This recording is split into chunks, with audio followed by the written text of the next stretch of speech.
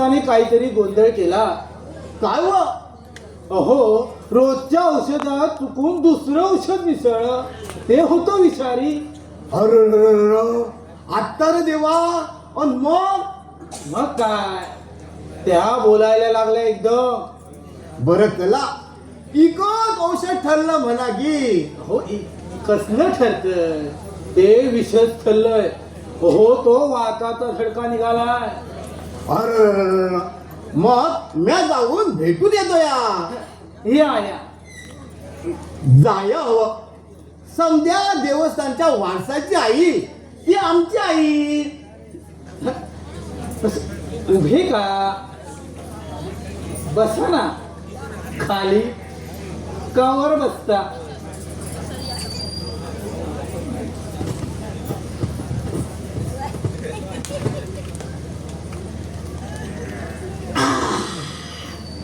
आपण आपली पायरी बघून बसतो. नाही मोहिते, तशी तुमची पायरी वरतीच आहे. हो, वडीलकीचा मान आहे तुम्हाला गावात. ते आपलं पोरं सोरं म्हणतात व ते काय खरं नव्ह. काही का असे ना, अप्पा शास्त्री गेल्यापासून सल्ला घेण्यासारखा कोणी उरलंच नाही. हो, म्हणून तुम्हाला विचारायचं, काय विचारताय? आपण या गावात राहावं का जावं? म्हणजे कसं? मला राहावंसं नाही वाटत. का व? एकंदर प्रकार चालू असलेले काही ठीक नाही. कसले? चोऱ्या होतात. हे गेलं नाही इस्पितळात. पाहिलं मोहिते, हे असं आहे. हा, तुम्ही या आता. मग काय ते लवकर ठरवा. येऊ? हो हो हो, या या या. राम राम बिगू भाऊ. राम राम. येतो हा. हो, या या या या या.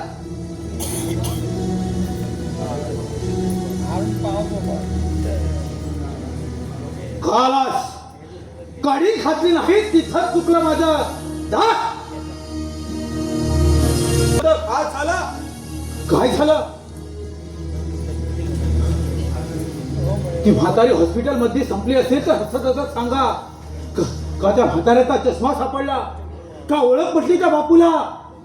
त्यातलं काही झालं नाही पंत. वहिनी देवळात जाऊन सुरंगाला भेटल्या. असं असता पंत. ओ, तिनं सगळी हकीकत तिला विचारली आणि तिनं सरळ सांगितलं की ती सोन्याची साखी आपणच दिलीत म्हणून. अजून असता पंत. तुम्ही कशाला गेला होता तिथं? तेल वाद करायला गेलो होतो. ओसा उद्ध्वस्त झालाय ना दुष्काळाच्या भीतीनं. गावातील उद्योगातील लोक सभा घेण्याच्या तयारीत आहे आणि नगाडे मग वाजवा, आधी पोट भरा असं म्हणतायत ते. आणि तुम्ही वारस नाही या गावचे असाही बोबाटा चालवलाय त्यांनी. बाबूराव, ते सगळं माहीत आहे मला. म्हणूनच म्हणतो, तिकडे जाऊन काही शिष्टाई करता आली तर बघा. आणि या रामायणाचं पारायण माझ्या पुढे करण्यापेक्षा तिकडे जाऊन काही महाभारत घडवून जायचं का ते बघा. तिकडे तर युद्ध कांडायला सुरुवात झाली. हो, होऊ दे.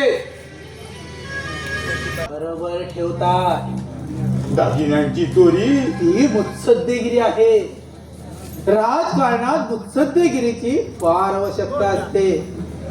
दुसऱ्याचं चांगलं करणाऱ्याचं व्यवहारिक जगात कधीही चांगलं होत नाही. जगाचं कल्याण करायला गेला तर संतांच्या सुद्धा विभूती होतात. विभूती म्हणजे भस्म. संतान स्वतःच्या कल्याणासाठी संतांच्या विभूती. स्वतःची विभूती होऊ देऊ नका. माझं ऐका, सध्या तुम्ही ते दागिने सध्या कुठेही ठेवा. माझ्या घरी नको, माझ्या घरी नको. अहो, सदूच्या खोली, मग आठवणीने सदूच्या खोलीत टाका. जिथून असंतोषाचं मूळ सुरू होतं तिथंच विषाचं खत घाला. झाडाचं मोहून वर आलं उद्धवराव मिळाला पुरावा मला तुमच्या माणुसकीचा. मग जपून ठेवा. मी चलू का पंत? थांबा बाबूराव, तुम्हाला काही विचारायचंय? पंत चला तुम्ही. थांबा म्हणते ना. शहाणा असाल तर गप्प बसाल. वेळ लावण्याची पाळी आणली तुम्ही, तरी शांत बसू. लागल्यावर विचार करू. बाबूराव, बाबूराव, ती बाई कशाला आणून ठेवली आहे देवळात? देवेच्या सेवेसाठी. देवाच्या सेवेसाठी की यांच्या सेवेसाठी? बायकांनी नेहमी मर्यादा रीतीनं बोलावं. पुरुषांनी मर्यादा सोडल्या तरीही ऐकता का बाबूराव? चला तुम्ही तयारीला लागा उत्सवाच्या.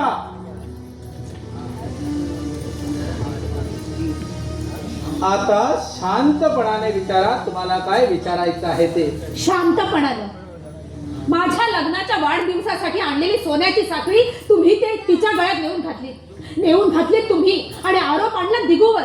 तरीही मी शांत राहू? हो, राहिलंच पाहिजे. ऐका, या पुढं माझं सुख तुम्हाला पाहायचं असेल तर तुम्ही तुमचं तोंड बंद ठेवा. बसा तुम्ही. हवं तर जरा वेळ रडून घ्या, म्हणजे डोळे मोकळे होतील तुमचे, आणि मी काय सांगितलं त्याचा विचार करायला डोकं हलकं होईल. चलू मी. चित्रगुप्त मागेल पावती, पापाय तुके महापोतुरे.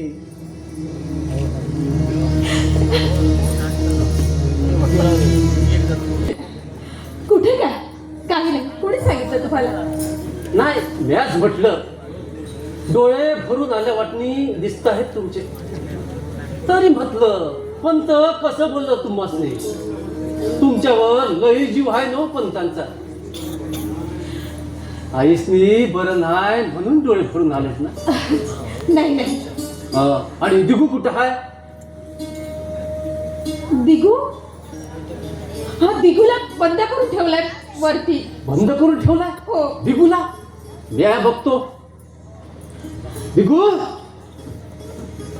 जरा तू तेव्हा दिगूला त्याची आई भेटू दे र.